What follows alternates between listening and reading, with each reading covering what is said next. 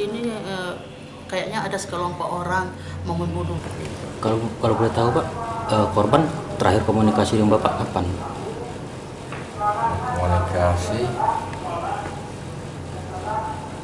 kemarin itu sebelum kejadian, kan hari Rabu meninggalnya. Malam Rabunya itu sekitar habis maghrib itu sempat komunikasi, nanyain Bapak sehat. Ya alhamdulillah Bapak sehat. Gimana? Ya aduh lagi sakit kepala cuma gitu. Nah dalam sekian ini udah dulu ya Pak, ini lagi sakit. Nah, setelah itu ya udah nggak bisa dulu. Mungkin ada selain ada cerita dia lagi sakit itu, mungkin ada cerita lain sebelumnya. Dia nanyain itu doang, Bapak sehat.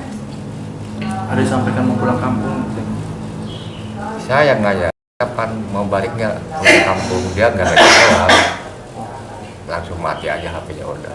Nah keesokan harinya ya dapat kabar setelah dia ada begitu. Itu kabar itu kita dapat dari siapa? Dari saudara-saudaranya kabarin ke saya selaku orang tua. Kita juga nggak percaya gitu dapat kabar seperti itu. Sampai sepupuan ini bibinya kan ngasih tahu ke saya, sambil nangis. Dia minta maaf, yang sabar ya Pak Ismet katanya ke saya, kan ada itu ya.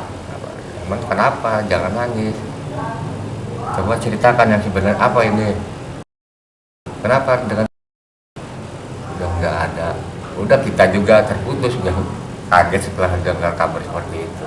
Udah begitu. Jadi Ada kecurigaan enggak Pak dengan ini Pak, kasus ini Pak? Kalau apakah orang terdekat atau seperti apa? ya, Gitu? kalau masa kecurigaan pada waktu itu kita nggak ada rasa curiga ya, karena takut meninggal karena sakit gitu. Terus nggak lama kemudian dapat berita dari medsos, masalah digawat meninggal gitu.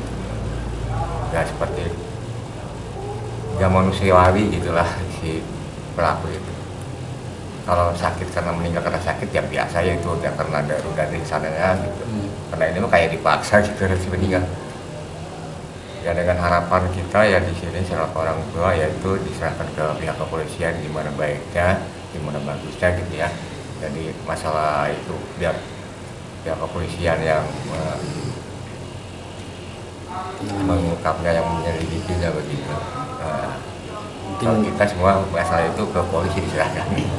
Mungkin minta pelaku segera ditangkap ya. Ya kalau masalah itu ya inginnya seperti itu, si pelaku tertangkap gitu. Terus masalahnya terungkap gitu.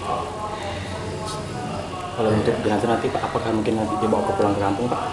Ya rencana ya hari ini juga mau dibawa. Hari ini. Ya kita datang dari Banten ke sini mau ngambil jenazah. Begitu. Sebelum dibawa, mungkin ada visum atau otopsi Pak? Nah, setelah diotopsi visum kan di jam 4. Nunggu hasil otopsi dulu, baru kita pulang.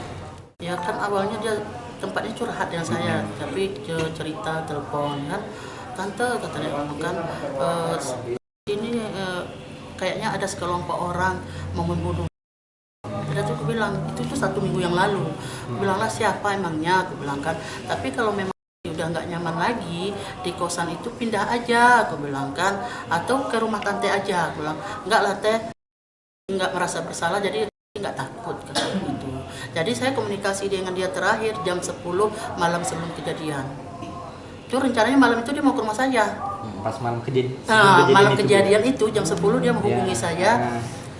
Teh nanti mau ke rumah tante. Ya udah naik Grab aja. Iya katanya kan. Sudah tuh 5 menit setelah itu dia nelpon lagi. Teh nggak jadilah Resti ke sana, kata dia ngomong kan. Namanya dia kerja kayak gitu, dia ngomong ada orang mau datang, kata dia ngomong, tamunya ada yang mau datang gitu. Itulah komunikasi kami terakhir. Datang ke kosan dia. Setelah itu enggak. Infonya enggak Tapi kami nggak komunikasi lagi. Paginya jam 6 kurang saya nggak pernah komunikasi pagi karena hati saya semalaman nggak entah ngapa gelisah karena dia dekat kan. Jam 6 pagi saya coba ping, udah bangun nggak ada masuk. Jam-jam berapa tuh saya telepon, nggak bisa masuk, tulisan telepon tuh nomor Anda tidak terdaftar lagi di nomor ini tidak terdaftar lagi di WA Anda. Itu terakhir. Udah. Habis itu berarti hilang komunikasi Bu ya sama Ya, korban? jam 10 itu. Sudah tuh saya hubungi keluarga di kampungnya sama si Ilham kakak iparnya. Ham, seharian ini tante komunikasi sama nggak bisa, kata aku bilang kan. Jadi, yaudah teh nanti aku coba hubungin. Nggak tahu si Bayu hubungi juga. Tante, memang juga nggak bisa dihubungin, kata dia ngomong kan. Coba tante cari tahu, dia ada juga kenalan kami Bang Robin namanya. Kan, saya suruhlah Bang Robin tuh, Bang, rumah Abang kan dekat dari kosan. Itu coba cek ada apa enggak gitu di kosannya. Nah itu setidak tuh saya nggak tahu jam-jam 6 itu kawannya dari kosan nanya sama saya, tante ada nggak di sana? Nggak ada, aku bilang kan. Si Pika katanya kawannya ngomong, saya juga nggak ada, ini saya mau ke kosan dia. Si Pika itulah yang ngabari pertama kali kematian si almarhumah ini. Kapan ada ancaman sekelompok orang itu? Seminggu yang lalu. Seminggu lalu. Apa respon dari sebagai ibu angkat? Ya saya bilang lah, udah pindah kos atau kok ke rumah tante aja gitu nah.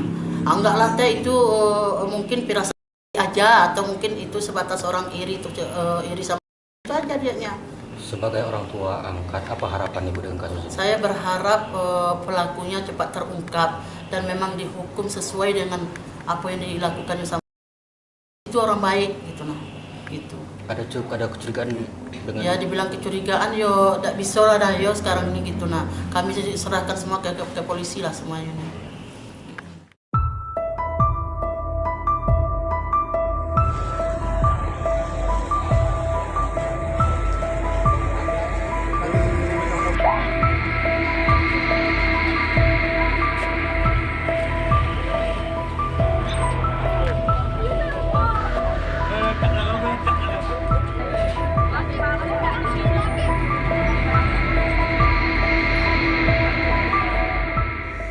Di antara banyak sumber informasi, kami layak dipercaya.